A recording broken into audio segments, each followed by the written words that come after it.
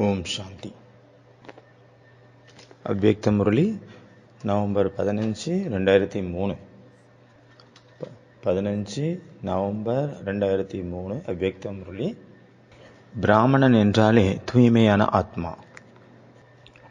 இவ்வாறு இருக்க அபவித்திரமான காரியம் ஏதாவது நடந்தால் அது கூட மிகப்பெரிய பாவமாகும். இந்த பாவத்தின் தண்டனை மிக கடுமையானது. இதனால் என்ன ஆயிரப்போகுது, கொஞ்சம் இருந்தா என்ன அப்படின்னு நினைக்காதுங்க. இல்லை, இது முதல் பாடமாகும். புதுமைத்தன்மையே தூய்மைதான், பவித்ரதா தான். இந்த ஞானம் புதுமையானது என்றால் அது பவித்ரதாவினால் தான் புதுமைத்தன்மையுடன் விளங்குகிறது. பிரம்மா பாபா இத்தனை ஏச்சுக்களையும் திட்டுக்களையும் இத்தனை கொடுமைகளையும் சகித்து கொண்டது எதற்காக? பவித்ரதாவிற்காக. ஆகிவிட்டது, நடந்து விட்டது, முடிந்து விட்டது. இவ்வாறு நீங்கள் விடுபட்டு போக முடியாது, அதை விட்டுவிட முடியாது. பிராமணன் யாராக இருந்தாலும் சரி, சேவாதாரியாக இருந்தாலும் சரி, சரண்டராக இருந்தாலும் சரி, குடும்பஸ்தர்களாக இருந்தாலும் சரி, இந்த விஷயத்தில் தர்மராஜரும் விடமாட்டார். பிரம்மா பாபா கூட தர்மராஜருக்கு உதவி செய்வார்.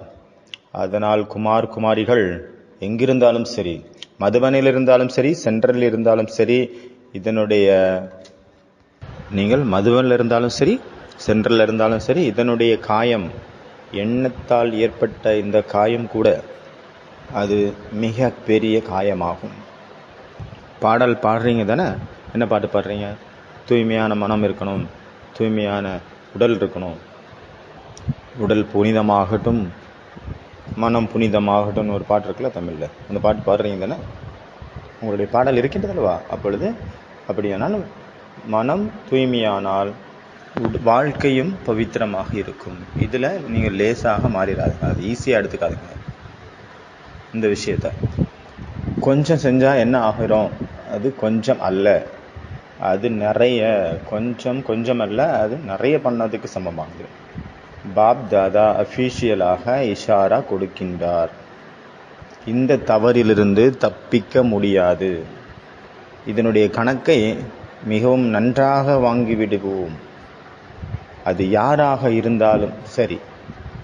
அதனால சாவ்தான், எச்சரிக்கை, அட்டென்ஷன். கேட்டீங்களா? எல்லாரும் கவனமா கேட்டீங்களா? 2 காதுகளையும் திறந்து கேளுங்கள். விருத்தியில் கூட டச்சிங் ஏற்பட்டுவிடக் கூடாது. திருஷ்டியிலும் டச்சிங் இருக்கக்கூடாது.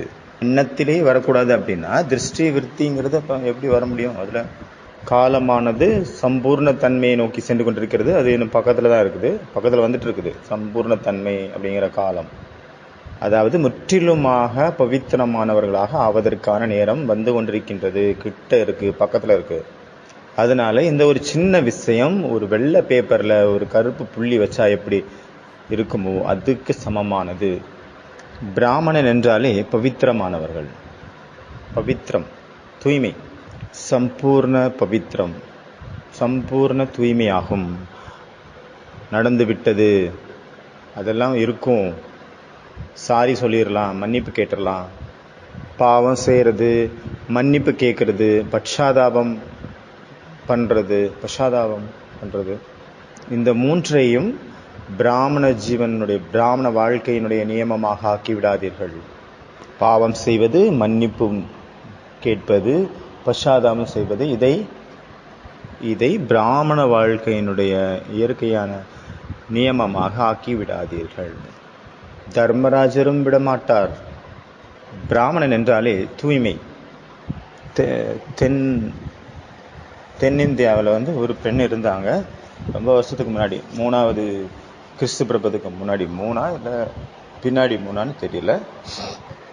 அவங்க 16 வயசுல இருக்கும்போது அவங்க ரொம்ப அழகான ஒரு பெண்ணா இருந்தாங்க. அவங்களுடைய தாய் தந்தை சின்ன வயசுலேயே இறந்துட்டாங்க. அப்புறம் அவங்கள யார் வளர்த்தாங்களோ அவங்க ரொம்ப நல்லபடியாக அவங்கள அன்போட பராமரிப்பு பண்ணாங்க, நல்லா வளர்த்தாங்க அவங்கள யார் வளர்த்தாங்களோ அவர் ஒரு பெரிய புலவர், கவிஞர். அப்போ எப்போ அவங்களுக்கு 16 வயசு ஆகுதோ அப்போ அவர் யோசிக்கிறாரு, இவங்களுக்கு திருமணம் செஞ்சு கொடுக்கலாம் யார்கிட்டையாவது. ஆனால் அவங்களுடைய மனசில் அந்த அளவுக்கு ஒரு பிரபு பிரேம் இருந்தது. அதாவது கணேசருடைய பக்தராக இருந்தார், முருகர் பக்தராக இருந்தார். அந்த அளவு பக்தராக இருந்தாங்க அந்த சன்னியாசி, பெண் சன்னியாசி. அவங்களுக்கு எப்போ மேரேஜ் ஆக போகுதுன்னு அவங்களுக்கு தெரிய வருதோ அப்போ அவ்வளோ துக்கத்தில் அவங்க மூழ்கி போயிட்டாங்க. எந்த ஒரு குமாரராகட்டும் இல்லை எந்த ஒரு மனிதனாகட்டும் அவங்களுடைய கையில் போய் அந்த போக விலாசத்தில் மூழ்கி கிடக்கக்கூடிய வாழ்க்கை எனக்கு தேவையில்லை, அவங்களுடைய போக பொருளை நான் மாற விரும்பலை. பிரபு, நீங்கள் என்ன நினைச்சாலும் உங்களால் செய்ய முடியும், எது செய்ய கூடாதோ அதையும் செய்ய முடியும், அதையும் தாண்டி மற்ற விஷயங்களையும் உங்களால் செய்ய முடியும். ஏன்னா நீங்கள் சர்வசக்திவான், உலக வல்லமை பெற்றவர், அனைத்தையும் செய்யும் திறன் பெற்றவர். அதனால் அந்த மாதிரி ஏதாவது செய்யுங்க, இந்த மேரேஜே நின்று போயிடணும் பிரபுவே அப்படின்னு அவங்க கேட்குறாங்க அவங்களுடைய இஷ்ட தேவதைகிட்ட. அவங்க ராத்திரி ஃபுல்லாக அழுதுகிட்டே இருக்காங்க, தூங்கிடுறாங்க. அப்புறம் கதைகளில் என்ன சொல்லியிருக்காங்கன்னா, அவங்க ஸ்டோரியில் ஒருவேளை பொய்யா கூட இருக்கலாம், ஆனால் அதில் காட்டியிருக்காங்க அவங்க காலையில் எந்திரிக்கும்போது அவங்க பார்க்குறதுக்கு ரொம்ப விடிஞ்சு காலையில் பார்த்தா அவங்களுடைய ரூபம் ரொம்ப அசிங்கமாக அதாவது அழகாக இருந்தவங்க அதுக்கு ஆப்போசிட் ஆகிட்டாங்க. யாரும் அது தமிழில் என்ன சொல்லுவாங்க, பேய் ரூபம் தரித்தார் அப்படிம்பாங்க. அதாவது ரொம்ப பழைய காலத்தில் உள்ள ஒரு பெண் சன்னியாசி. இன்றைக்கி கூட அவங்க புகழ்பெற்றவங்களாக இருக்கிறாங்க. இன்றைக்கி கூட அவங்களுடைய பேர் ரொம்ப பிரபலமாக இருக்குது. தமிழ் லிட்ரேச்சரில் அவங்க சிறந்த ஒரு இடத்தை பிடிச்சிருக்காங்க. அவங்க நிறைய கவிதைகள் எழுதியிருக்காங்க, இல்லை பாடல்கள் எழுதியிருக்காங்க. ஔவையார்னு அவங்க பேர், ஔவையார். காலையில் எந்திரிக்கிறாங்க, கண்ணாடியில் அவங்க முகத்தை பார்க்குறாங்க, அவங்க அப்படியே கருப்பாக இருக்காங்க, பார்க்குறதுக்கே அசிங்கமாக, ரொம்ப அசிங்கமானோன்னு அவங்களுக்கு குஷியில் நடனம் ஆடுறாங்க, டான்ஸ் பண்ணுறாங்க. பிரபு என்ன பண்ணிட்டீங்க, ஆஹா தேங்க்யூ, உங்களுடைய கருணை. அவங்களுடைய அப்பா அம்மா இருந்தாங்க, அவங்க பார்க்குறாங்க, பிரபு என்ன பண்ணிட்டீங்க குழந்தைய அப்படின்ட்டு. அதாவது கடவுளுடைய கோபம் உங்கள் வெளிப்பட்டிருக்கு, கடவுள் கோபத்தில் இருக்கார். அவங்க சொல்கிறாங்க, இல்லை கோபம் கிடையாது, பிரபுவின் கருணை மழை பொழிந்திருக்கிறது அப்படின்றாங்க. அந்த சின்ன வயசில் சரீரத்திற்கு மேலே எவ்வளோ வைராக்கியம், அந்த அளவு அனாசக்தி, பற்றற்ற நிலை சரீரத்துக்கு மேலே, உடம்புக்கு மேலே பிரபுவினுடைய அந்த ரசனையில் மட்டுமே நான் மூழ்கி இருக்கணும். ஒரே ஒரு பிரபு கூட தான் இருக்கணும், அவருடைய தொடர்பிலே தான் சதா அவருடைய தொடர்பில் மூழ்கி இருக்கணும் அப்படின்ட்டு தான் அவங்களுடைய விருப்பமாக இருந்தது. வேறு எந்த இளைஞனாகட்டும், வேறு எந்த மனிதனாகட்டும், எந்த ஒரு மனிதனுடைய கை பொம்மையாக ஆகக்கூடாது. அவங்களுக்கு அவ்வளோ தீவிரமான இச்சை அவங்க உற்பத்தி ஆகுது அவங்க மனசுக்குள்ள. அதனால மிகப்பெரிய ஒரு சந்தாக, ஒரு சன்னியாசினியாக அவங்க புகழ் பெற்றவங்களாக இப்போ வரைக்கும் தமிழ்நாட்டில் இருந்துட்டு இருக்கிறாங்க. அவங்க எழுதின கவிதைகள், அவங்களுடைய பாடல்கள் எப்பொழுதுமே மற்றவங்களுக்கு தூண்டுதல் கொடுக்கக்கூடியதாக இன்னும் இருந்துட்டு இருக்கு. தமிழில் பாடத்தில் கூட அவங்களுடைய பாடல்கள், அவங்களுடைய கவிதைகள் இடம்பெற்றிருக்குது. அவங்களுடைய படம் வரையும் போதெல்லாம் அவங்க ஒரு பாட்டி மாதிரி வரைவாங்க, ரொம்ப வயசான பாட்டி, கையில் குச்சி வச்சுட்டு நடக்கிற மாதிரி காட்டியிருப்பாங்க. நீங்கள் பார்க்கலாம், அதில் வச்சு படமே வந்திருக்கு, நிறைய படம். அவங்க எங்கெல்லாம் போகிறாங்களோ அங்கே கணேஷ் ஆகட்டும், இல்லைனா முருகர் ஆகட்டும், அவங்களுக்கு ஹெல்ப் பண்ணுற மாதிரி காட்டுவாங்க. சின்ன பையனுடைய ரூபத்தில் அவங்க கூட அவங்க ஹெல்ப் பண்ணுற மாதிரி, சதா கூட இருக்கிற மாதிரி அந்த மாதிரி காட்டுவாங்க. அதாவது ஒரு சின்ன பையன் இருக்காரு, ஒரு பாட்டி இருக்காங்க, அந்த மாதிரி காட்டுவாங்க. எப்பொழுதெல்லாம் அவங்களுக்கு சங்கடங்கள் வருதோ அப்போல்லாம் அந்த சின்ன பையன் அங்கே வந்துடுறாரு அவங்களுக்கு ஹெல்ப் பண்ணுறதுக்காக. அதை காட்டுறாங்க. கணேஷ் இல்லைனா முருகர் அப்படிங்கிற ரூபத்தில் காட்டியிருக்காங்க. நார்த்தில் கணேஷாக காட்டியிருக்காங்க, தமிழில் முருகராக காட்டியிருக்காங்க. அவங்களுக்குள்ள எவ்வளோ பவர்ஸ் எப்படியெல்லாம் வந்தது, ஹீலிங்ஸ் பவர் அவங்கள்ட்ட வந்துடுது, அதையும் காட்டியிருக்காங்க. யாரெல்லாம் அவங்கள்ட்ட வந்தாங்களோ அவங்க ஹீலிங் ஆகிட்டு போனாங்க, அவங்களுடைய வியாதிகள் சரியாயிடுச்சு, அவங்கள்ட்ட ஏதாவது ஒன்று அவங்களுக்கு கிடைக்கிற மாதிரி ஃபீல் ஆச்சு. அதனால் நிறைய பேர் அவங்கள்ட்ட ஆசீர்வாதம் வாங்கிட்டு போவாங்க. அவங்க கடைசி வரைக்கும் அந்த வயசான ரூபத்திலே தான் இருந்தாங்க, 16 வயசுலேருந்து கடைசி வரைக்கும். இந்த கதை அவங்களுடையது, அந்த பாட்டியினுடையது, அந்த ஔவையார் பாட்டியினுடையது. இது தூய்மையினுடைய கதை. நம்மளில் தான் யாராவது இருக்கலாம், நம்ம தான் அந்த மாதிரி இருந்திருப்போம், நம்மளில் யாரோ ஒருத்தர். அவங்களுக்கு அந்தளவு தீவிரமான இச்சா இருந்தது. பியூரிட்டியினுடைய இச்சா, தீண்டப்படாத, துண்டிக்கப்படாத, களங்கமற்ற தூய்மை. யாரும் என்னை டச் பண்ணிடக்கூடாது. எந்த ஒரு மாற்றானும் என்னுடைய உடலை, சரீரத்தை டச் பண்ணிடக்கூடாது தீய எண்ணத்தோடு. இந்த உடலை நம்ம நிராகாரருக்கு கொடுத்துருக்குறோம். அந்த நிராகாரத்தை தவிர வேற எந்த சாகார மனிதரும் இந்த உடம்பை டச் பண்ணக்கூடாது. பிராமணன் என்றாலே தூய்மை, பவித்ரதா. அப்படி இல்லை கொஞ்சம் நடந்துருச்சு, கொஞ்சம்தான், கொஞ்சம் அல்ல, அது அதிகம், அது கடல் போன்ற குற்றம். பாப் தாதா இசார் அபிஷியலாக உங்களுக்கு வார்னிங் கொடுக்கின்றார். ஆகையால் கேளுங்கள், 2 காதுகளையும் திறந்து கேளுங்கள் கவனமாக. இந்த ஒரு தவறினால் கிடைக்கக்கூடிய அந்த வலி, அந்த காயம் சிறியதல்ல, மிகப்பெரிய காயம், மிகப்பெரிய வலி. தர்மராஜர் விடமாட்டார். பிரம்மாவும் தர்மராஜருடன் இணைந்து செல்வார், அவருக்கு ஒத்துழைப்பார். பிரம்மா அவ்வளோ திட்டு வாங்கினார், அவ்வளோ பேச்சு எல்லாம் வாங்கினாரு. என்னெல்லாம் அவரை பற்றி எழுதினாங்க, அவரை பற்றி என்னெல்லாம் சொல்லிட்டாங்க.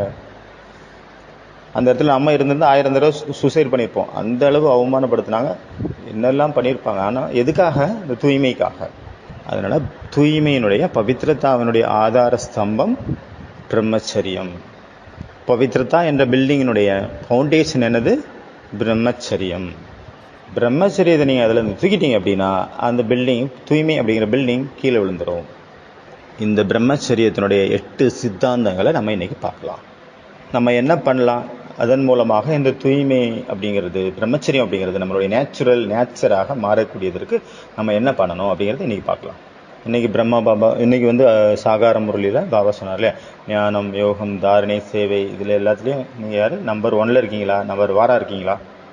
இந்த எல்லாமே உங்களுடைய நேச்சுரலாக ஆகிடணும். இப்போ இது வரைக்கும் உங்களுடைய நேச்சுரல் சமஸ்காரம் எது இருக்குது? மறந்து போகிறது, பாபாவை அடிக்கடி மறந்து போகிறது, ஆத்மாங்கிறதே அடிக்கடி மறந்து போகிறது. இதுதான் இப்போதையுடைய சமஸ்காரமாக இருக்குது, நேச்சுரலாக இருக்குது. நம்மளுடைய நேச்சுரல் 63 ஜென்மங்களுடைய பலவீனம் இதுதான் இப்போ நேச்சுரலாக இருந்துட்டு இருக்கு. அது இப்போ நீங்கள் நேச்சர் சமஸ்காரமாக எதை ஆக்கணும்? நேச்சராக எந்த ஒரு சமஸ்காரத்தை நீங்கள் மாற்றணும் அப்படின்னாரு பாபா. ஞானத்தை, யோகத்தை 1 மணி நேரம், 2 மணி நேரம், 3 மணி நேரம், 4 மணி நேரம், 5 மணி நேரம், 6 மணி நேரம், 12 மணி நேரம் அப்படி கிடையாது. 12 மணி நேரம் யோகி அந்த மாதிரி கிடையாது. நிரந்தரமாக, சகஜமாக, சதா. இதுதான் யோகா. எங்கே ஞானம் இருக்குமோ அங்கே யோகம் இருக்கும், எங்கே தாரணை இருக்குமோ அங்கே தானாகவே அதனுடைய பரிணாமம் சேவையாக மாறும். சேவை என்பது பரிணாமம் அல்ல, புருஷார்த்தம் அல்ல, பரிணாமம். சேவை தாரணையினுடைய பரிணாமம், அது புருஷார்த்தம் கிடையாது. தனியாக சேவைக்கான புருஷார்த்தம் கிடையாது. அதே போல பிரம்மச்சரியம் கூட பரிணாமமாகும், வேற ஒரு பொருளினுடைய பரிணாமம். அதனால இந்த பிரம்மச்சரியத்தில் இந்த மாதிரி 8 விஷயங்கள் இருக்குது. ஃபர்ஸ்ட் பாயிண்ட், இங்கிலீஷில் செலிபஸி அப்படிங்கிற வார்த்தை இருக்கு, அதில் 8 வார்த்தைகள் இருக்கு. அதனுடைய ஃபர்ஸ்ட் சி லெட்டர் சி அப்படின்னா கன்சர்வேஷன் ஆஃப் எனர்ஜி. பிரம்மச்சரியம் என்றால் எல்லாத்தையும் விட்டுட்டு போகிறது கிடையாது. பிரம்மச்சரியம் அப்படின்னா சக்திகள் வீணாகாமல் பார்க்கறது, சக்திகளுக்கு செக்யூரிட்டியாக இருக்கிறது. ஊர்ஜாவை, சக்தியை வீணாக்க விடாமல் தடுப்பது. அது எந்த சக்தியாக இருந்தாலும் சரி, மனதினுடைய சக்தியாக இருந்தாலும் சரி, உடலினுடைய சக்தியாக இருந்தாலும் சரி, எண்ணத்தினுடைய சக்தியாக இருந்தாலும் சரி, அது வார்த்தையினுடைய ஊர்ஜாவாக இருக்கலாம், எண்ணங்களுடைய ஊர்ஜாவாக இருக்கலாம், காரியத்தினுடைய ஊர்ஜாவாக இருக்கலாம். எந்த ஒரு ஊர்ஜாவையும் வீணாகாமல், அந்த சக்தியையும் வீணாக விடாமல் தடுப்பதற்கானது தான் இந்த பிரம்மச்சரியம். ஏனென்றால் நாம் ஊர்ஜாவான், சக்திசாலியானவன், நாம் சக்தி நிறைந்தவர்கள், நாம் ஆற்றல் மிக்கவர்கள். அதனால இந்த ஊர்ஜாவை நஷ்டமாக விடக்கூடாது. ஊர்ஜா நம்மளுடைய உடல்லிருந்து வெளியே போகுது அப்படின்னா அங்கே பலவீனம் ஆயிடுது. இதில் 8 விஷயங்கள் இருக்குது. ஃபர்ஸ்ட் கன்சர்வேஷன் ஆஃப் எனர்ஜியை பாதுகாப்பாக வச்சிருக்கிறது, எனர்ஜியை வேஸ்டாக விடக்கூடாது. எனர்ஜி கீழ் நோக்கி பாயுது, மூளையிலிருந்து சரீரத்தை சக்திசாலியாக மாற்றுறதுக்காக. ஆனால் யோகியினுடைய ஊர்ஜா மேல் நோக்கி பாயுது, அது சக்தி பிரெயினை நோக்கி செல்கிறது. மற்றவங்களுக்கு பிரெயின்லேருந்து கீழ் நோக்கி போகுது, ஆனால் யோகிக்கு உடல்ல இருந்து பிரெயினை நோக்கி போகுது சக்திகள். அப்போ பிரெயின் அந்த மூளை பவர்ஃபுல் ஆகுது, மூளை கிரியேட்டிவிட்டி ஆகுது. அந்த மூளையில் கிளாரிட்டி ஏற்படுகிறது. அது ஒரு தேஜஸாக பரிமாற்றம் அடைகிறது. இதன் மூலமாக தான் அந்த தேஜஸ் வெளிப்படுகிறது. ரெண்டாவது விஷயம், ஃபார் ஈட்டிங். நம்ம என்ன சாப்பிடுகிறோம் அதை பேஸ் பண்ணி இருக்குது. ஹை வைப்ரேஷனல் ஃபுட்டு நம்ம சாப்பிடணும். ஹை வைப்ரேஷன் சாப்பாடு தான் சாப்பிடணும். லோ வைப்ரேஷன் ஃபுட்டு நம்ம சாப்பிடக்கூடாது. லோ வைப்ரேஷன் உள்ள சாப்பாடை நம்ம சாப்பிட்டோம் அப்படின்னா நம்மளுடைய எனர்ஜி எல்லாம் கீழ் நோக்கி பாயும். லோ வைப்ரேஷன் உள்ள சாப்பாடை நம்ம சாப்பிட்டோம் அப்படின்னா நம்ம மனசுக்குள்ள சஞ்சலங்கள் ஏற்படும், மனசு அலைப்பாயும், மனசுக்குள்ள கிளர்ச்சிகள் ஏற்படும். கிளர்ச்சி உடலினுடைய அந்த ஓட்டத்தில் ஏற்படும். அப்புறம் காம விகாரத்தினுடைய எண்ணங்கள் நம்மளை ஆட்கொள்ளும். ஆசைகள் விழித்தலும், தூங்கிட்டு இருக்கிற ஆசைகள் எல்லாம் முடிச்சிடும். அப்புறம் ரொம்ப சுமையாக ஃபீல் ஆகும். அப்புறம் ஒரு அமைதியற்ற நிலை உணர்வு ஏற்படும், நிலையில்லாத ஒரு நிலை ஏற்படும். நமக்கு விருப்பமே இருக்காது. மனசுக்குள்ள எல்லா ஞானமும் இருக்குது, நமக்கு தெரியும். ஆனாலும் ப்ராக்டிக்கலில் அந்த நேரத்தில் அந்த ஞானம் ஒரு சாதாரணமான டிஷ்யூ பேப்பர் மாதிரி தெரியும். இன்னைக்கு பாபா சொல்கிறார் இல்லையா, ஞானம் இருக்குது ஆனால் ப்ராக்டிக்கலில் இல்லை. தெரியும் ஆனால் ப்ராக்டிக்கலாக அப்ளை பண்ண முடியல, பண்ணுறதில்ல. எதனால் அந்த நிலைமை? நீங்கள் என்ன சாப்பிட்றீங்க அதை பொறுத்து தான் இருக்குது. என்ன சாப்பிட்றோம், எந்த ஒரு உணர்வோடு சாப்பிட்றோம் அப்படின்னு இருக்குது. அதனால ஹை வைப்ரேஷன், உயர்ந்த வைப்ரேஷன் அதிர்வலைகள் நிறைந்த உணவுகளை சாப்பிடுங்க. அது இயற்கையானதாக இருக்கிறதா? எந்த அளவு இயற்கையானதாக இருக்குதோ அந்த அளவு நம்மளுடைய பிரம்மச்சரியம் ஈஸியாக நம்ம ஃபாலோ பண்ண முடியும். எந்த அளவு அதிகமாக சமைக்கப்பட்ட உணவாக இருக்குதோ அது பிரம்மச்சரியத்துக்கு ஆப்போசிட்டாக வேலை செய்யும். குமாரர்கள் கேட்டுட்டே இருக்காங்க, என்ன பண்ணலாம், பிரம்மச்சரியத்தில் இருக்க முடியல, என்ன பண்ணணும், என்ன பண்ணுறது. ஞானம் எல்லாருக்குமே தெரியும். ஆனாலும் மனசுக்குள்ள ஒரு ஹல்சல், குழப்பம் ஏற்படுகிறது. ஏன், எதனால்? ஏன்னா என்ன சாப்பிட்டுட்டு இருக்கிறீங்க, எவ்வளவு சாப்பிட்டுட்டு இருக்கீங்க, எந்த நேரத்தில் சாப்பிட்றீங்க. இந்த 3 விஷயம் ரொம்ப முக்கியமானது. என்ன சாப்பிட்றீங்க, எவ்வளோ சாப்பிட்றீங்க, எந்த நேரத்தில் சாப்பிட்றீங்க. அதிகப்படியான ஹை வைப்ரேஷனல் உடைய அந்த உணவுகளை சாப்பிடாத வரைக்கும் அந்த பிரம்மச்சரியத்தை நம்ம ஃபாலோ பண்ண முடியாது. அது மீண்டும் மீண்டும் கண்டிக்கப்பட்டு கொண்டே இருக்கும். எது வரைக்கும் அதிகமாக சமைச்ச உணவுகளே சாப்பிட்றோம், அப்போ அந்த நேரத்தில் உடலில் அந்த மாதிரியான கிளர்ச்சி ஏற்படும். உடல் உறுப்புகளில், ஹார்மோன்ஸில் சுரப்பிகளில் ஒரு இம்பேலன்ஸ் ஏற்படும், சமநிலை அற்ற தன்மை. அது நம்மளை தன் பக்கம் இழுக்கும். அப்புறம் குழப்பம் ஏற்படுத்தும். உடலில் குழப்பங்கள் ஏற்படும். அதனால் பிரம்மச்சரியம் அங்கே கண்டிக்கப்படும். அடுத்தது எல் அப்படின்னா லவ் ஆஃப் காட். பிரபுவனுடைய பிரேம், பரமாத்மா பிரேமத்தினுடைய பரிணாமம் தான் பிரம்மச்சரியம். எந்த அளவு பிரபு மேலே அன்பு அதிகமாகுதோ அந்த அளவு பிரம்மச்சரியம் ஸ்ட்ராங்காக இருக்கும். பரமாத்மா மேலே அன்பே இல்லை, பிரபு மேலே. ஆனால் பிரம்மச்சரியத்தில் ஈடுபட்டு இருக்கீங்கன்னா எப்படி? அது ஒரு அழுத்தி வைக்கப்பட்ட விஷயமாகத்தான் இருக்கும். அப்புறம் ஒரு நாள் அது சுனாமி போல் வெடித்து சிதறும். எதை நீங்கள் மூடி வச்சு மறைச்சிட்டு இருக்கீங்களோ அது ஒரு நாள் கண்டிப்பாக சுனாமி ரூபம் எடுத்து அது வெளியில் வந்தே தீரும். புருஷார்த்தம் எதுக்காக பண்ணுறீங்க? வெறும் பிரம்மச்சரியத்துக்காக மட்டும் பண்ணிட்டு இருக்கிறீங்க. இந்திரியங்களை அங்கே கண்ட்ரோல் பண்ணி வைக்கிறதுக்கான முயற்சி மட்டும் தான் நடந்துட்டு இருக்கு. ஒரு கிரகஸ்தி இருக்கிறாரு, அவர் அந்த போக விலாசத்திலே மூழ்கி இருக்கிறாரு. இன்னொருத்தர் இருக்கிறாரு, பிரம்மச்சரியத்துக்காக ஓடிட்டே இருக்கிறாரு. 2 பேருமே சமநிலை அல்லாதவர்கள். ஒருத்தர் நேராக இருக்காரு, ஒருத்தர் தலைகீழாக தூங்கிட்டு இருக்காரு. அதான் வித்தியாசம். 2 பேருடைய சிந்தனைகளும் சரீரத்தை சார்ந்துதான் இருக்கின்றது. அங்கே ஒரு அடக்குமுறை நடந்துட்டு இருக்குது. அடக்கி வைக்கிறாங்க, ஆசைகளை அடக்குறாங்க, உடலை அடக்குறாங்க. இது அடக்கும் மார்க்கம் அல்ல. அடக்கக்கூடிய, கண்ட்ரோல் பண்ணக்கூடிய, மறைச்சி வைக்கக்கூடிய மார்க்கம் அல்ல. இது புரிதலினுடைய மார்க்கம், இது அன்பினுடைய மார்க்கம். ஈஸ்வரிய பிரேம் எப்போ மனசில் நமக்குள்ள இருக்குதோ அப்போ அவர் என்ன சொன்னாலும் அது நமக்கு ஈஸியாக தெரியும். பாபா குழந்தைங்கள்ட்ட பிச்சை கேட்குறாரு, தூய்மையாகுங்க, இந்த ஒரு ஜென்மம் தூய்மையாகுங்க. அந்த பிரபு மீது அன்பு, அந்த அன்பை அதிகப்படுத்தணும். எது வரைக்கும் பரமாத்மாவுடைய மேலே அன்பு நமக்கு அதிகமாகலையோ அவரை நினைக்கும் போதெல்லாம் நம்மளுடைய கண்களில் கண்ணீர் கொட்டணும். டெய்லி ஒரு தடையாவது அவரை நினைத்து நமக்கு கண்ணுக்களில் ஒரு தடையாவது கண்ணீர் வரணும். கண்கள் மூலமாக கண்ணீர் வடியணும். உங்களுடைய கருணை தந்தையே, ஆஹா என்னுடைய தந்தையே, நீங்கள் என்னெல்லாம் பண்ணிட்டீங்க, எப்படி இருந்தேன், என்னை எங்கே கொண்டு வச்சுட்டீங்க, நான் எங்கே இருந்தேன், என்னை எங்கே இருந்து தூக்கி கொண்டு வச்சு எங்கே கொண்டு வச்சுட்டீங்க பாபா, நான் நரகத்தில் இருந்தேன் பாபா. இன்னைக்கு நான் ஞானத்தில் இல்லாமல் இருந்திருந்தா என்ன பண்ணிட்டு இருந்திருப்பேன், இந்த நேரத்தில் நான் தூங்கி கொண்டு இருந்திருப்பேன். நேற்று ஆஸ்பத்திரிக்கு ஒரு பேஷண்ட் வந்திருந்தாங்க. அவங்க அம்மா வந்து கம்ப்ளைண்ட் பண்ணிட்டு இருந்தாங்க அவங்க பையனை பற்றி. இந்த பையனுக்கு கொஞ்சம் புரிய வைங்க டாக்டர், இவர் வந்து எப்போவுமே லேட்டாக எழுந்திரிக்கிறாரு அப்படின்ட்டு. அப்போ அவர்கிட்ட கேட்டேன்னா, அவங்கள்ட்ட கேட்டேன், நீ சரி எத்தனை மணிக்கு எழுந்திரிக்கிறாரு, 11 மணிக்கு 11:30 எழுந்திரிக்கிறாரு காலையில். சரி நீங்கள் எத்தனை மணி எழுந்திரிக்கிறீங்க, 8:30 எழுந்திரிக்கிறேன். இதுதான் உலகத்தில் உள்ள மனிதர்களுடைய நியமம். அவங்க தூங்குறதே 12 மணி, 1 மணி, 2 மணி, 3 மணிக்கு. பாருங்கள், நம்மளை பகவான் எப்படி இருந்த நம்மளை என்னவாக ஆக்கிட்டார்.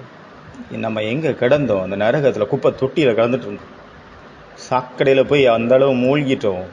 ஒரே ஒரு முடி மட்டும்தான் வெளியே தெரிஞ்சுது, மீது எல்லாமே சாக்கடைக்குள்ளே போயிடுச்சு. அந்த ஒரு முடியை பிடிச்சி தூக்கி என்னை கொண்டு வந்து வெளியே வந்து சுத்தம் படுத்தி இவ்வளோ உயர்ந்த இடத்துல வச்சுட்டீங்களே பாபா. அந்த புதை குழியில் மாட்டிருந்த ஒன்றை நான் அந்த ஒரு முடியை பிடிச்சி தான் தூக்கி ஒன்று அங்கே கொண்டு வச்சிருக்கேன் குழந்தை அப்படின்னு பாபா சொல்கிறாரு. தேடி தேடி எங்கெல்லாம் தேடி உன்னை கண்டு பிடிச்சி இங்கே கொண்டு வந்து உட்கார வச்சிருக்கேன் குழந்தை அப்படிங்கிறார் பாபா.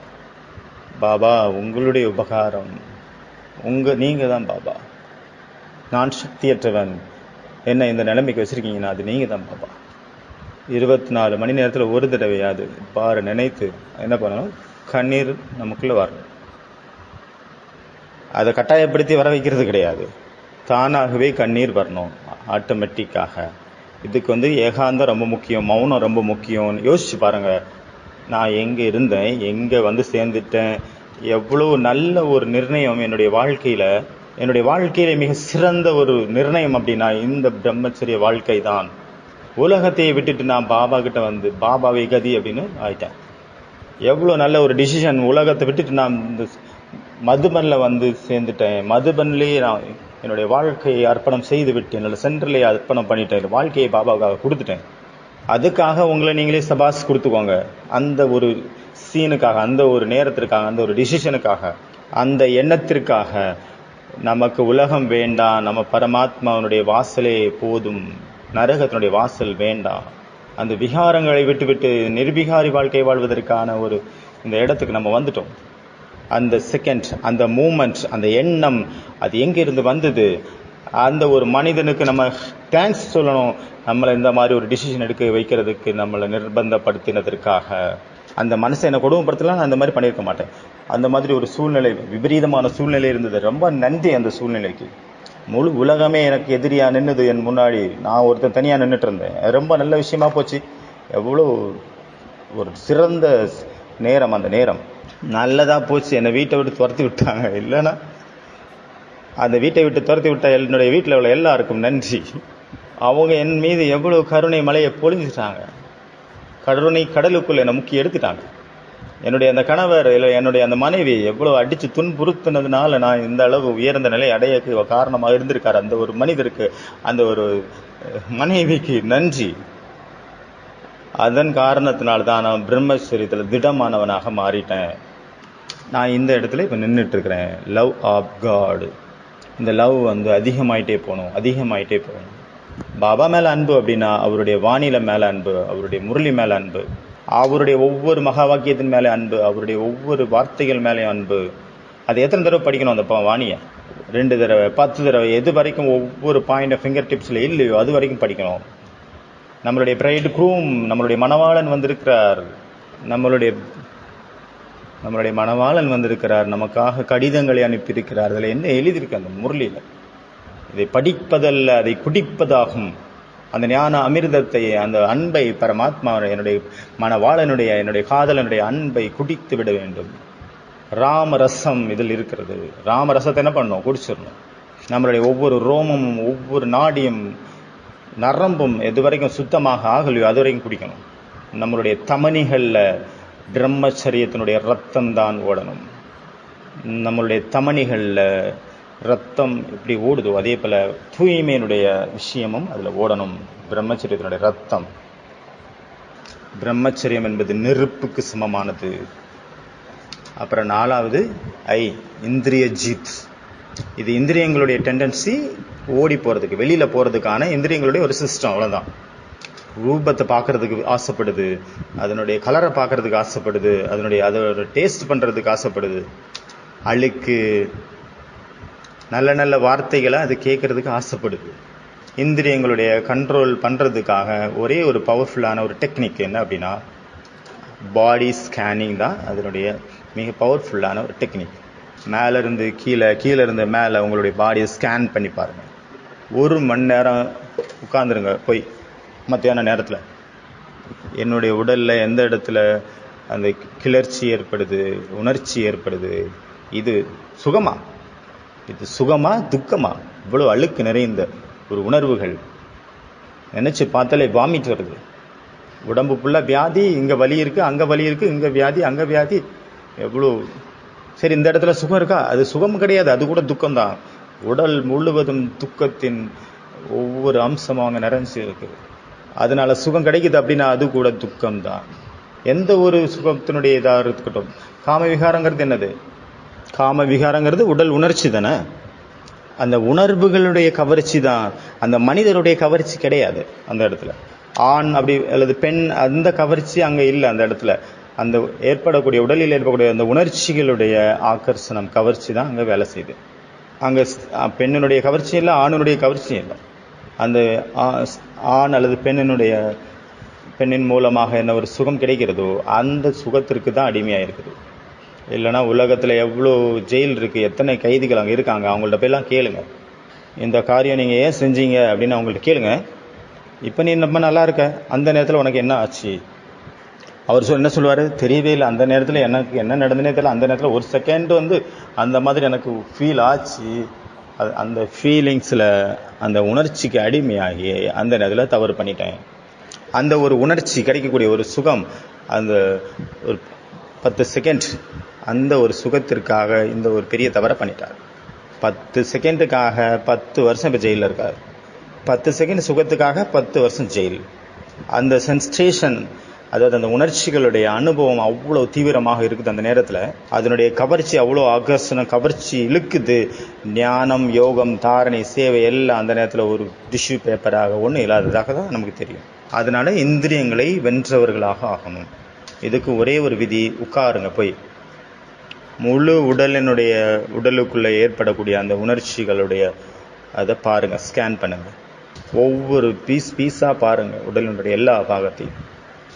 அந்த ஊசியினுடைய முனை போல அந்த அளவு கூட மிஸ் ஆகிடக்கூடாது. உடலில் எல்லா பாகத்தையும் நீங்கள் ஸ்கேன் பண்ணுங்க. போன பட்டியில் நம்ம இதெல்லாம் நம்ம பண்ணோம் டீப்பில். இன்னும் அடுத்த பட்டி வருது இல்லை, அதில் நம்ம இன்னும் டீப்பாக இதை ஸ்கேன் பண்ணி அந்த மாதிரியான ஒரு பட்டியை நம்ம அடுத்த தடவை பண்ணலாம். ஓகே, அந்த உணர்ச்சிகள் அதை நம்ம சாட்சியாக இருந்து பார்க்கணும். முழு சரீரத்தில் மேலிருந்து கீழே வரைக்கும் எந்த மாதிரியான உணர்ச்சிகள் ஏற்படுகிறது, உற்பத்தி ஆகுது, இங்கே என்ன சுகமானதா, துக்கமானதா, பிரியமானதா, அப்பிரியமானதா, துட்சமானதா, ஸ்தூலமானதா, அதை சாட்சியாக இருந்து பாருங்க. சில இடங்களில் எனக்கு அதிகமாக சுகம் ஃபீல் ஆகுது, ஆனால் இதுவும் போயிடும். இங்கே எனக்கு காலில் முட்டி வலிக்குது, இடுப்பு வலிக்குது, அதையும் சாட்சியாக பாருங்கள். தன்னுடைய உடலில் ஏற்படக்கூடிய அந்த சம்வேதனா, அந்த சென்சேஷனுடைய அந்த உணர்ச்சிகளை நீங்கள் வாட்ச் பண்ணிகிட்டே இருக்கீங்க. அதை அப்போ கண்ட்ரோல் ஆகும். வாட்ச் பண்ண உங்களுடைய கண்ட்ரோலில் அது வந்துடும். அதை செக் பண்ணிகிட்டே இருக்கீங்க அடிக்கடி. ஒவ்வொரு செகண்ட் நம்ம அதை வாட்ச் பண்ணுறோம், அதை செக்யூரிட்டி பண்ணிகிட்டே இருக்கிறோம். அது அப்படிங்கிற சூழ்நிலையில் அதனுடைய அந்த உணர்ச்சிகளுடைய அந்த இழுக்கக்கூடிய தன்மை கம்மியாகும், கொஞ்சம் கொஞ்சமாக கம்மியாகிடும். இப்போ நம்ம சாப்பிட்டுருக்கோம் ஏதோ ஒன்று, அப்போ எவ்வளோ சூப்பராக இருக்குது, டேஸ்ட்டாக இருக்குது, இதையும் சாட்சியாக இருந்து பார்க்கணும். இது கூட ஒரு உணர்ச்சி தானே, டேஸ்ட், சுவை. இது கூட நிரந்தரமற்றது, போயிடும். இப்போ ஒரு செகண்ட் தான், அவ்வளோதான், முடிஞ்சு. சாப்பாடு வாயிலேருந்து தொண்டைக்கு போனால் முடிஞ்சு கதை. இப்போ சாப்பிட்றோம், கசப்பாக இருக்குது, அது கூட ஒரு உணர்ச்சி தான். அது கூட கசப்பு அப்படிங்கிற உணர்ச்சி, இது கூட டெம்பரரி, போயிடும். எல்லாமே நிலை இல்லாதது, நிலையற்றது. கொஞ்ச நேரத்துக்காக வருது, அப்புறம் போயிடுது. அதில் என்ன கவர்ச்சி? டெம்பரரிக்கு மேலே எதுக்கு அட்ராக்ஷனுங்கிறேன். அதனால அது சாட்சியாக இருந்து பார்த்துட்டு இருக்கணும். இதுதான் இதிலிருந்து விடுபடுறதுக்கான ஒரு விதி, இந்திரிய ஜீத் ஆகிறதுக்கான விதி. இதனுடைய ப்ராக்டிஸை நம்ம அடுத்த பட்டியில் உட்காந்து ப்ராக்டிஸ் பண்ணலாம். ஓகேவா? இப்போலேருந்து நீங்கள் டெய்லி 1 மணி நேரம் மதிய நேரத்தில் உட்காந்து அதிஷ்டான் அப்படின்னா அசையவே கூடாது, அப்படி ஷேக் ஆகாமல் அப்படியே இருந்த இடத்துல போட்ட மாதிரி சில மாதிரி உட்காரணும்.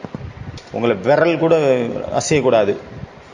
கண்ணை மூடி இருக்கணும், கை கட்டப்பட்டிருக்கணும், காலும் அப்படி ஒரு இடத்துல இருக்கணும். நிலையா உட்காந்துருங்க. அப்புறம் பாருங்கள் என்ன நடக்குது அப்படின்னு பாருங்கள். மேலேருந்து கீழே, கீழேருந்து மேலே, மேலேருந்து கீழே 1 ரவுண்டு, 10 ரவுண்டு, 15 ரவுண்டு, 20 ரவுண்டு நமக்குள்ளே ஏற்படக்கூடிய அந்த உணர்வுகள், சென்சேஷன், உணர்ச்சிகளை நீங்கள் சாட்சியாக இருந்து பார்க்கணும்.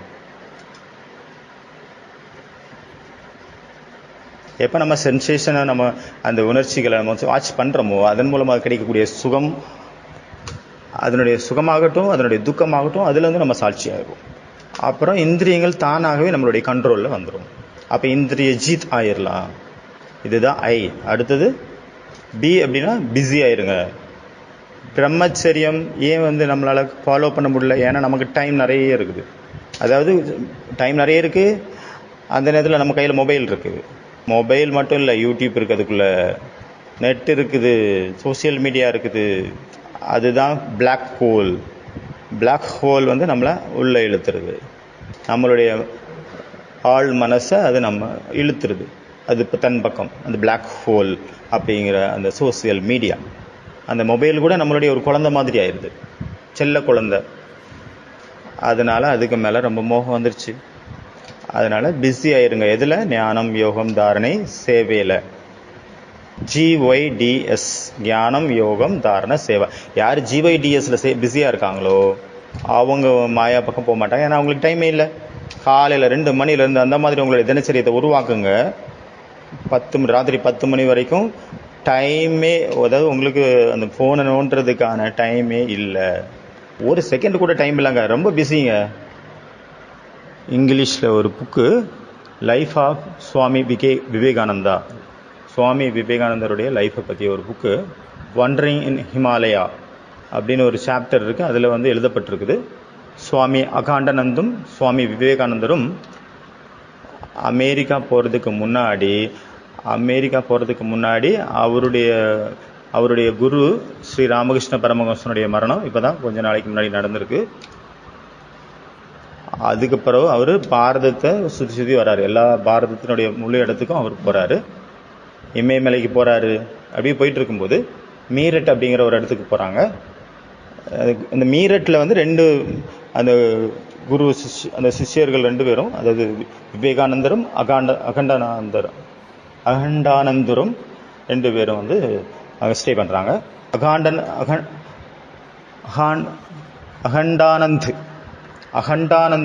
அகண்டானந்தர்கிட்ட விவேகானந்தர் சொல்கிறாரு, அங்கே ஒரு லைப்ரரி இருக்குது, அங்கே போய் இந்த புக்கை எடுத்துகிட்டு வாங்க அப்படிங்கிறாரு. ஜான் லூபக், பிரிட்டிஷினுடைய ஒரு ஃபிலாசபர். அவருடைய புத்தகங்கள்லாம் எடுத்துகிட்டு வான்னு சொல்கிறாரு. இவர் போகிறாரு லைப்ரரிக்கு, போய் எடுத்துகிட்டு வராரு. ஒரு வால்யூம் எடுக்கிறாரு, ஃபர்ஸ்ட் வால்யூம். அதை சைன் பண்ணிவிட்டு கொண்டு வராரு. அதனுடைய வால்யூம்ஸே நிறைய இருக்குது, நிறைய அதற்கான பகுதிகள். அந்த புக்கம் பெரிய புக்காக இருக்குது. அவர் முதல் வால்யூமை எடுத்துகிட்டு வராரு, விவேகானந்தர்கிட்ட கொடுக்குறாரு. அவர் படிக்கிறாரு. அப்புறம் சாயங்காலம் ரிட்டர்ன் கொடுத்துட்றாரு. அகண்டானந்து அவர் கூட இருந்தார்லே, அவர் போய் கொடுக்குறாரு அந்த புத்தகத்தை லைப்ரரியில். அப்புறம் அடுத்த வால்யூம் வாங்குறாரு. அதே மாதிரி ஒவ்வொரு வால்யூமும் காலையில் எடுத்துகிட்டு வராரு, சாயங்காலம் கொண்டு கொடுக்குறாரு. மறுபடியும் காலையில் எடுத்துகிட்டு வராரு, சாயங்காலம் எடுத்து கொண்டு போய் கொடுக்குறாரு. லைப்ரரியில் இருந்தவர் கேட்குறாரு, என்ன அவர் காமெடி பண்ணிட்டு இருக்கிறியா நீ? ஒரு வால்யூமே எவ்வளோ பெருசாக இருக்குது. ஜான் லூபக் அப்படிங்கிற பிரிட்டிஷ் ஃபிலாசபர் எழுதின புக்கு ஒரு நாளையில் எப்படி படிக்க முடியும் உன்னால்? எவ்வளோ பெரிய புக்கு. அவருடைய இந்த ஃபிலாசபியெல்லாம் அவ்வளோ கஷ்டமானது, புரிஞ்சிக்கவே முடியாது. நீ படிக்கிறியா இல்லை விளையாடுறியா? டெய்லி எடுத்துகிட்டு போகிறது, சாயங்காலம் கொடுக்குறது, என்ன படிக்கிற நீ? அவ்வளோ பெரிய புக்கு 300 பக்கம் இருக்குது, எப்படி படிக்க முடிஞ்சது சாயங்காலத்துக்குள்ளே? அவர் சொல்கிறாரு, நான் இல்லை, என்னுடைய ஃப்ரெண்டு ஒருத்தர் இருக்கார், அவர் தான் படிக்கிறாரு. சரி, அவரை கூப்பிடு அப்படின்னு பார்க்குறாரு. அப்போ அப்புறம் விவேகானந்தர் வராரு, அவர் போகிறாரு. அப்போ அவர்கிட்ட கேட்குறாரு, நீ படிக்கிறியா, என்ன காமெடி பண்ணிட்டு இருக்கிறியா அப்படின்னு கேட்குறாரு. அந்த லைப்ரரியன் நீ என்னெல்லாம் வால்யூமை இவர் எடுத்துகிட்டு வந்தாரோ அந்த எல்லா புத்தகத்தையும் திறந்து வைக்கிறாரு. நடுவில் இருந்து ஏதோ ஒரு நடுவில் இருந்து நிறைய கேள்விகளும் அவர் கேட்குறாரு. அந்த புத்தகத்தில் உள்ள கேள்வியை அவர் விவேகானந்தர் எல்லா கேள்விகளுக்கும் பதில் கொடுத்துட்றாரு. அகண்டானந்தருக்கு பயங்கர ஆச்சரியம். இதை நீ எப்படி பண்ண? அவர் பதில் கொடுக்குறாரு. பவர் ஆஃப் பிரம்மச்சாரியா. பிரம்மச்சரியத்தினுடைய பவர். பிரம்மச்சரியத்தில் ஒரு நாடி இருக்குது. அந்த நாடி ஜாகிரத அவஸ்தா ஏற்பட்டுருது, அது விழித்தடைந்துக்குது. சாதாரண மனிதர்களுடைய அந்த ஊர்ஜா கீழ் நோக்கி பாயுது, ஆனா யோகியினுடைய ஊர்ஜா மேல் நோக்கி பாய்கிறது, பிரெயினை நோக்கி பாயுது. அது பிரெயினில் இருக்கிற எல்லா பிளாக்கேஜஸையும், அந்த அடைப்புகளையும் அது ஓப்பன் பண்ணி விட்டுருது. அதன் மூலமாக அளவிட முடியாத சக்திகள் நமக்குள்ள நிறையுது. அது ஆச்சரியமூட்டக்கூடிய சக்தி நிறைந்ததாக அது விளங்குது. நினைவு சக்தி, ஊர்ஜாவினுடைய சக்தி வெறும் மெமரி பவனுடைய விஷயம் கிடையாது. கிளாரிட்டி ஆஃப் மைண்ட் ரொம்ப கிளாரிட்டியாக இருக்குது. அதனால பிஸியாக இருங்க. எதில் பிஸியாக இருக்கணும்? படிக்கிறதுல. நமக்கு டெய்லி எவ்வளோ பெரிய முரளி வருது, அதனுடைய ஒரு பேராகிராஃபை மட்டும் படிங்க. படிச்சுட்டு யோகாவில் உட்காந்துருங்க. நினைவு பண்ணி பாருங்க, நான் என்னென்னலாம் பாபா சொன்னார் அப்படின்னு ஞாபகப்படுத்தி பாருங்க. அந்த ஒரு செகண்ட்ல எவ்வளவு சிந்தனைகள் ஏற்படும். ஒவ்வொரு பாயிண்ட்டும் ஒரு மணி நேரம் நம்ம சிந்தனை பண்ணலாம். இந்த ஞானம் சக்தியாக மாறிடணும். இந்த ஞானம் தமணிகள்ல ரத்தமாக ஓடணும். ஒவ்வொரு தமணியிலையும் ரத்தமாக அந்த ஞானம் ஓடணும். அப்புறம் அவாய்டுன்னா எதை அவாய்ட் பண்ணணும்? ட்ரிகர்ஸை அவாய்ட் பண்ணணும். காம விகாரத்தினுடைய ட்ரிகர், தூண்டுதல் இருக்கு இல்லையா, அதை அவாய்ட் பண்ணணும். அது சும்மா அது விழித்தெழுறது கிடையாது. இந்த காம விகாரத்தினுடைய எண்ணம் எப்படி அது விழித்தெழுது? அது தூங்கிட்டு தான் இருக்கு. அதை விழித்தெழ வைக்கிறது யார்? அது வீடியோ, ஆடைகள், மனிதர்கள், ஏதாவது ஒரு பொருட்கள், அல்லது ஏதாவது ஒரு எஸ்எம்எஸ் மெசேஜ், யாரோ சொன்ன ஒரு வார்த்தை, பழைய நினைவுகள், பழைய போகத்தினுடைய நினைவுகள், பழைய விகாரத்தினுடைய நினைவுகள், இது எல்லாமே ட்ரிகர்ஸ், தூண்டி விடுது. அதனால எந்த மாதிரியான தூண்டுதல் கொடுக்கக்கூடிய விஷயங்களை எதெல்லாம் அப்படிங்கிறத முதல்ல நீங்கள் ஐடென்டிஃபை பண்ண கற்றுக்கோங்க. எங்கிருந்து அந்த கிளர்ச்சிகள் ஏற்படுது? கிளர்ச்சிகள் ஏற்படாத வரைக்கும் அது உற்பத்தி ஆகாது. திடீர்னு அந்த கிளர்ச்சி ஏற்படுது உடல்ல, அது எங்கிருந்து வருது? அதுக்கான லிஸ்ட்டை ஒன்று நீங்கள் எடுக்கணும். ஒவ்வொருத்தருடைய லிஸ்ட்டும் ஒவ்வொரு மாதிரி இருக்கலாம். சில புத்தகமாக இருக்கலாம், ஏதாவது வாக்கியமாக இருக்கலாம், எஸ்எம்எஸ்ஸாக இருக்கலாம், ஏதாவது துணியாக இருக்கலாம், ஏதோ ஒரு மனிதராக இருக்கலாம், ஏதோ ஒரு வீடியோ இருக்கலாம், ஏதோ ஒரு எஸ்எம்எஸ்ஸாக இருக்கலாம், ஏதோ ஒரு பாட்டாக இருக்கலாம், ஏதோ ஒரு சங்கீதமாக இருக்கலாம், என்ன வேணாலும் இருக்கலாம், சில இடமா இருக்கலாம். அதற்கான லிஸ்ட்டை நீங்கள் உருவாக்குங்க. அது எந்த இடத்துல ட்ரிகர் ஆகுது இந்த விஷயம், பிரம்மச்சரியத்தினுடைய ஆப்போசிட்டான விஷயத்துக்கு, அதை கண்டுபிடிச்சி அந்த ட்ரிகர் ஆகக்கூடிய, அந்த தூண்டுதல் ஆகக்கூடிய அந்த இடத்த நம்ம அவாய்ட் பண்ணணும். அந்த விஷயத்தை அதுலேருந்து நம்மளை சேஃப்டியாக வச்சுக்கணும். அதுலேருந்து தூரமாக ஓடிடணும். சன்னியாசிகளுடைய நியமம் என்ன அப்படின்னா, ஒரு பெண் ரொம்ப பிரபுவனுடைய அன்பில் மூழ்கி இருக்காங்க. பிரபு, நீங்கள் என்ன பண்ணிட்டீங்க? உங்களுடைய அன்பில் நான் மூழ்கி இருக்கேன், நீங்களுடைய கருணை அப்படின்னு பூமியில் உட்காந்து அழுதுட்டு இருக்காங்க. அதாவது இறை நினைவில் தான் அழுதுட்டு இருக்காங்க. ஆனாலும் கூட அந்த சன்னியாசி அவங்கள பார்க்கக்கூடாது. ஏன்னா இந்திரியங்கள் ரொம்ப ரொம்ப ஸ்ட்ராங்காக இருக்குது. அதை கடத்திட்டு போயிடும். ஒரு பெரிய சபை, ஆன்மீக சபை, பிரபு பிரபு அப்படின்னு பாட்டு பாடிட்டு இருக்கிறாங்க. திடீர்னு அந்த சபையில் ஒரு பெண் வர்றாங்க. அவங்க சன்னியாசியாக இருந்தாலும் சரி, பக்தர்களாக இருந்தாலும் சரி, ஒரு அழகான ரூபத்தோட யாராவது வர்றாங்களா? இல்லை, பெண்ணே அழகான ரூபமே இல்லை, ஒரு பெண் வராங்க அப்படின்னா அந்த பக்தருடைய மனம் விசிலித் அடைகிறது அந்த நேரத்தில். இதை நிறைய பார்த்தாச்சு. அதனால ஒரு சன்னியாசி சொல்றாரு, அதிகாலையில் உங்களுடைய மனசை 100 சவுக்கடி கொடுங்க மனசுக்கு. அப்புறம் ராத்திரி 100 தடவை விளக்க மாத்தால சாத்துங்க உங்க மனசை. அப்பதான் அது ஒழுங்கா இருக்கும், சொல்றபடி கேட்கும். காலையில 100 சவுக்கடி கொடுக்கணும் மனசுக்கு, ராத்திரி 100 விளக்கு மாத்தால சாத்தணும். அப்பதான் அது ஒழுங்கா இருக்கும் மனசு.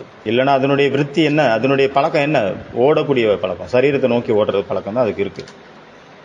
சரீரத்தினுடைய அழகை நோக்கி ஓடுது. சரீரத்துல என்ன இருக்குது? சாகார முரளி பாபா சொல்றாரு, புழு பூச்சி தான் இருக்குது. ஒவ்வொரு அங்கத்திலையும் புழு, பூச்சி, பாக்டீரியா, வைரஸ். உடம்புல எல்லா உறுப்புகள்லையும் வியாதி. புத்தர் அவங்க சிஷ்யர்களுக்கு பாடம் சொல்லி கொடுத்துட்டு இருந்தார். இந்த உடம்புல 31 வகையான இம்பூரிட்டி, தூய்மை இல்லாத விஷயங்கள் இருக்குது. 31 வகையான தூய்மையின்மையினுடைய விஷயங்கள் இருக்குது. அதை சிந்தனை பண்ணி பாருங்க. 31 வகையான தூய்மை இல்லாத விஷயங்கள் இந்த உடம்புல இருக்குது. அது என்னெல்லாம்? அதை யோசிச்சு பாருங்க. அதை யோசிச்சு பார்த்தீங்கன்னாவே இந்த உடம்பை கண்டாலே பிடிக்காது. அப்புறம் என்னென்ன தூய்மையினுடைய விஷயங்கள் இருக்குது அதையும் பாருங்க. பாசிட்டிவையும் பார்க்கணும் இல்லையா? இந்த ஸ்கின்ல என்னெல்லாம் தூய்மை இல்லாத விஷயம் இருக்குது, இந்த மூக்கில் என்ன இருக்குது, இந்த காதில் இந்த கண்ணில் என்னெல்லாம் தூய்மை இல்லாத விஷயங்கள், அழுக்கான விஷயங்கள் இருக்குது. 31 ஆர்கன்ஸ் நம்ம உடம்புல இருக்குது. அதில் லங்ஸு, ஹார்ட்டு, அது எல்லாத்துலேயும் பாருங்கள். அப்புறம் யூரின், இது எல்லாமே தூய்மை இல்லாத விஷயங்கள். ஒரே அழுக்கு நிறைஞ்ச ஒரு ஒரு ஒரு பார்சல் தான் இந்த உடம்பு. ஓப்பன் பண்ணாலே துர்நாற்றம். இந்த மாதிரி சிந்தனை பண்ணணும். எந்த இடத்துல எனக்கு வைராக்கியம் வந்ததோ அந்த இடத்துக்கு போங்க. சரி, இல்லைன்னா வைராக்கியம் வர வைங்க. ஆஸ்பத்திரிக்கு போய் பாருங்கள். நீங்கள் எங்கே அழகு என்ன இருக்குது அந்த உடம்புல பாருங்கள். போய் ஆஸ்பத்திரியில் ஜென்ரல் வார்டில் இருக்கக்கூடிய பேஷண்ட்டை போய் பாருங்கள். Cancer patient, TB patient, dialysis patient, அங்கே போய் அந்த அழகை பாருங்கள், எப்படி ஒரு அழகு இருக்குது அப்படின்னு. அங்கே எங்கே அந்த அழகு? அந்த அழகுங்கிறது ஒரு பிரம்மை, ஒரு ஏமாற்றம். பசிங்கிறது மனசில் ஏற்படக்கூடிய இதுதானே தவிர அது ஒரு அன்ஹெல்த்தி, அவ்வளோதான். காம விகாரம் அப்படிங்கிறது ஒரு அக்வர்டு, ஒரு ஹேபிட், ஒரு மோசமான பழக்கம். அது ஒரு இன்டாக்சிகேஷன், அது ஒரு போதை, அது ஒரு நஷா. இது ஒரு அதர்மம். இது ஸ்ட்ரென்த் கிடையாது, இது ஒரு வீக்னஸ். உடலினுடைய ஆசைகளுடைய அந்த ஒரு என்டர்டைன்மெண்ட், அது என்டர்டைன்மெண்ட் அல்ல, அது கீழே இறங்கக்கூடிய என்டர்டைன்மெண்ட், கீழே விளைவிக்கக்கூடியது. அது என்டர்டைன்மெண்ட்டே இல்லை, பொய்யானது. அது ஒரு பிரம்மை. விகாரத்தில் எதுக்கு போகிறாங்க? ஒரு ரிலீஃப், ஒரு டென்ஷன் கம்மி பண்ணுறதுக்காக. உடலில் சுகத்தினுடைய அனுபவங்கள் கிடைக்குது. நம்ம தான் ஸ்டார்ட் பண்ணி விட்டுருப்போம் துவாபரயுகத்தில். தேவி தேவதா குலத்தினுடைய ஆத்மாக்கள் தானே எல்லாத்தையும் நம்ம கீழே இறங்க வச்சது நம்ம தான். இப்போ கீழே மேலே இருந்து கீழே இருந்து மேலே கூட்டிட்டு போகிறது நம்ம தான். நம்மளுடைய வேலை தான், நம்ம பண்ண வேலை தான் எல்லாமே. சி அப்படின்னா அடுத்தது கம்பெனி. யாருடைய கம்பெனியில் இருக்கணும்? யாருக்கு ரொம்ப ஃபேஷன் அதிகமாக இருக்குதோ அந்த மாதிரியான கம்பெனி தேவையே கிடையாது. நம்ம அந்த மாதிரியான ஆட்கள் கூட இருக்கிறோம். யாருக்கு சாப்பிட்றது குடிக்கிறதுல ரொம்ப ருசி, பயங்கரமான டேஸ்ட் அதிகமாக இருக்குது, சாப்பிட்றது குடிக்கிறதுலே டைம் அதிகமாக செலவு பண்ணுறாங்களோ அவங்க கூட இருந்தோம் அப்படின்னா அவங்க ராத்திரி ஃபுல்லாக இல்லை ஃபுல்லே சாப்பிடக்கூடிய எண்ணத்திலே இருப்பாங்க. காலையில் இது சாப்பிட்டேன், மத்தியானம் இது சாப்பிட்டேன், நீ ராத்திரி என்ன சாப்பிடணும், அடுத்து டீ குடிக்கணும், அடுத்து ஸ்நாக்ஸ் சாப்பிடணும், இப்படியே சிந்தனைகள் ஓடிட்டுருக்கும். இப்போ என்ன சமைச்சிருப்பாங்க, இப்போ மத்தியானம் என்ன சமைப்பாங்க, இதை பற்றியே ஓடிட்டுருக்கும். அந்த மாதிரியான மனிதர்கள்ட்டிருந்து நீங்கள் தள்ளி இருங்க. பிரம்மச்சாரி அப்படின்னா எல்லா விஷயத்துலையும் கவனமாக இருக்கணும். இந்த மாதிரி ஆள்கிட்ட தள்ளி இருக்கணும். இல்லைன்னா நம்மளுடைய உடலில் ஒரு கிளர்ச்சி ஏற்பட்டு விடும், மனசில் சஞ்சலம் ஏற்படும். அதனால நம்ம எந்த மாதிரியான ஆட்கள் கூட நம்ம இருக்கிறோம் அது ரொம்ப முக்கியம். நம்ம எந்த இடத்துல இருக்கிறோம், எந்த பொருட்கள் நம்ம கூட வச்சுருக்கிறோம், எந்த மனிதர்கள் கூட இருக்கிறோம், எல்லா விஷயத்தையும் இது பேஸ் பண்ணி இது வேலை செய்யுது. மனசில் என்ன மாதிரியான சிந்தனைகள் ஓடுது, இது கூட ஒரு சங்கம் தான். யாரோ ஒருத்தர் மேலே ரொம்ப அளவிட முடியாத ஒரு பற்று வருது, மனசுக்குள்ள எண்ணங்கள் அவங்களை அலை கழிக்குது. குமாரி மேலே, குமாரிகளுக்கு குமார் மேலே. அதனால் பாபா வீட்டில் நியமங்கள் உருவாக்கப்பட்டிருக்குது. ஒரு குமார்கிட்ட தனியாக பேசக்கூடாது, தனியாக போய் ஒருத்தருக்கு ஒருத்தர் எதிரில் நின்று பேசவே கூடாது, எதிரில் நிற்கவே கூடாது. சதா ஆப், நீங்கள் அப்படின்னு சொல்லி தான் பேசணும். அவங்க நம்மளை விட வயசில் கம்மியாக இருந்தாலும் சரி, சின்ன ஒரு கன்னியாவாக இருந்தாலும் சரி, அவங்கள நீங்கள் வாங்க போங்கன்னு தான் பேசணும். குமாரிய தேவி ரூபத்தில் பாருங்கள், குமாரிகள் குமாரர்களை தேவர்கள் ரூபத்தில் பாருங்கள், குமார மகாவீரருடைய ரூபத்தில் பாருங்கள். எந்த ஒரு குமாரியும் ஒரு குமார்கிட்ட போய் பர்சனல் ஷேரிங்கோ, அல்லது ஒரு குமாரிகிட்ட போய் பர்சனல் ஷேரிங்கோ, பர்சனல் விஷயங்களை ஷேர் பண்ணக்கூடாது. 2 பேரும் சேர்ந்தே சேவை பண்ணிட்டு இருக்கிறீங்க. சேர்ந்து சேவை பண்ணாலும் ஒருத்தர் இன்னொருத்தரை புகழ்ந்து பேசக்கூடாது. ஆக நீங்கள் சூப்பராக பண்ணீங்க, இந்த மாதிரி விஷயங்கள் அங்கே தேவை கிடையாது. எவ்வளோக்களோ புகழ்வீங்களோ அவ்வளோக்களோ மாட்டுவீங்க. அதனால நேராவாக இருக்கணும். அங்கே சிம்பதி காட்டவே கூடாது. ஒரு குமார் வராரு, சொல்கிறாரு, எனக்கு ரொம்ப தனிமை ஃபீல் ஆகுது. அப்போ குமாரி என்ன பண்ணுவாங்க? குமார் குமாரிகிட்ட போய் கேட்குறாரு, சொல்கிறாரு, எனக்கு ரொம்ப தனிமையாக எனக்கு யாருமே இல்லாத தனிமையாக இருக்கிற மாதிரி ஃபீல் ஆகுது, எனக்கு துணைக்கு யாராவது வேணும் அப்படின்னு கேட்குறாங்கன்னா என்ன பண்ணுவீங்க? அவ்வளோ சேவை இருக்குது, என்ன பண்ணுறது, ஒரே தனிமையாக இருக்குது, எனக்கு யாருமே இல்லை, நான் தனியாக இருக்கிற மாதிரியே ஃபீல் ஆகுது அப்படின்னு சொன்னால் என்ன பண்ணுவீங்க? பிளாக் பண்ணிடுங்க, அன்லாக் பண்ணிடுங்க, ரிஜெக்ட் லிஸ்ட்டில் போட்டுருங்க அந்த ஆளை. ஓகேவா? No extra care. எக்ஸ்ட்ராவாக அங்கே கேரிங் தேவையில்லை. யாராவது நான் தனியாகவே இருக்கிறேன், எனக்கு ஒரு ஹெல்ப் வேணும் அப்படின்னு யாராவது உங்களை சொல்கிறதுக்கு, அவங்க பக்கம் இழுக்கிறதுக்கு முயற்சி பண்ணாங்கன்னா அதை காதை கொடுத்தே கேட்காதுங்க. அவங்க சொல்கிறத நம்பாதுங்க. ஃபஸ்ட்டு யாருடைய குணத்தை பார்க்குறீங்க, யாருடைய விசேஷத்தன்மையை பார்க்குறீங்க, அதன் மேலே பிரபாவம் வராதுக்கூடாது. நம்மளுடைய பர்சனல் விஷயங்களை அவங்களுக்கு ஷேர் பண்ணாதுங்க. ஒருவேளை அவங்க கூட சேவை பண்ணுறதுக்கு உங்களுக்கு ரொம்ப இன்ட்ரெஸ்ட் இருக்கா, அப்போ அவங்க கூட சேவை பண்ணுறதை முதல்ல நிறுத்துங்க. நோ பர்சனல் மெசேஜ் ஆஃப் ஃபோனில் பர்சனல் மெசேஜை அவங்களுக்கு அனுப்பாதுங்க. நம்ம ஒருத்தர் இன்னொருத்தருடைய வீட்டில் போய் போகக்கூடாது, சேவைக்காக இருந்தாலும் சரி. அப்புறம் பர்சனல் கான்டாக்ட் வச்சுக்க கூடாது. அவங்க தாய் தந்தை கூட நீங்கள் கனெக்ஷன் வச்சுக்கக்கூடாது. அவங்க அப்பா அம்மாவுக்கு சேவை பண்ணலாம், இந்த மாதிரி இருக்கக்கூடாது. அப்போ அந்த கன்னியா என்ன பண்ணுவாங்க, நம்ம மேலே பிரபாவத்தில் வருவாங்க இல்லையா, நம்ம மேலே அட்ராக்ட் ஆவாங்க இல்லையா தானாகவே. ஒருத்தருக்கு முன்னாடி இன்னொருத்தர் எனக்கு என்ன பிடிக்குங்கிறத அங்கே சொல்லாதுங்க. எனக்கு இந்த பொருள் ரொம்ப பிடிக்கும் தெரியுமா, அப்படியெல்லாம் அது பேசவே கூடாது. அப்போ அவர் என்ன நினைப்பார், ஓ இவங்களுக்கு இந்த விஷயம் பிடிக்குமோ அப்படின்னு நினைப்பார். நீங்கள் யாருக்காவது சொல்லிட்டீங்க எனக்கு இந்த விஷயம் பிடிக்குன்னு சொன்னீங்கன்னா நீங்கள் அங்கே நாசமாக போயிட்டீங்கன்னு அர்த்தம். அவ்வளோதான், காலி. ஓம் சாந்தி. அப்புறம் அடுத்த தடவை வரும்போது அவர் அந்த பொருளை தான் உங்களுக்கு வாங்கிட்டு வருவார், நீங்கள் அட்ராக்ட் ஆயிடுவீங்க. உங்களை தேடுவார், நீங்கள் எங்கே இருக்கீங்க உங்களுக்கு கொடுக்கலான்னு தேடுவார். ஏன்னா உங்களுக்கு அந்த பொருள் ரொம்ப பிடிக்கும். மேக்கப்பினுடைய அம்சம் மாத்திரம் கூட இருக்கக்கூடாது. முடியை திறந்து போட்டு சுற்றுறது, எந்த ஒரு ஸ்டைலும் அங்கு தேவை இல்லை. ஹேர் ஸ்டைல் மங்கி வைக்கிறது, முடியை திறந்து போட்டு சுற்றுறது, இதெல்லாம் தேவையில்லை. நமக்கு தோணுது இந்த டாபிக் ரொம்ப பெருசு போல், நாளைக்கு பாதியை நாளைக்கு பார்க்கலாம். ஓகே. ஒய் அப்படி கடைசியில் ஒய் லெட்டர் இருக்குல்ல, ஒய் அப்படின்னா எதற்காக நம்ம பிரம்மச்சரியத்தை ஃபாலோ பண்ணணும், இதுக்கும் நிறைய காரணம் இருக்குது. நம்ம நாளைக்கு பார்க்கலாம். ஒன்று சரீரம், இன்னொன்று மென்டல் விஷயம் இருக்குது, இன்னொன்று இன்டலெக்ட் புத்தியினுடைய விஷயமும் இருக்குது. அப்புறம் சோஷியல், ஸ்பிரிச்சுவல், ஃபைனான்சியல், எக்கனாமிக், நிறைய மாரல், நிறைய காரணங்கள் இருக்குது. இதை நாளைக்கு நம்ம பார்க்கலாம். ஓகேயா?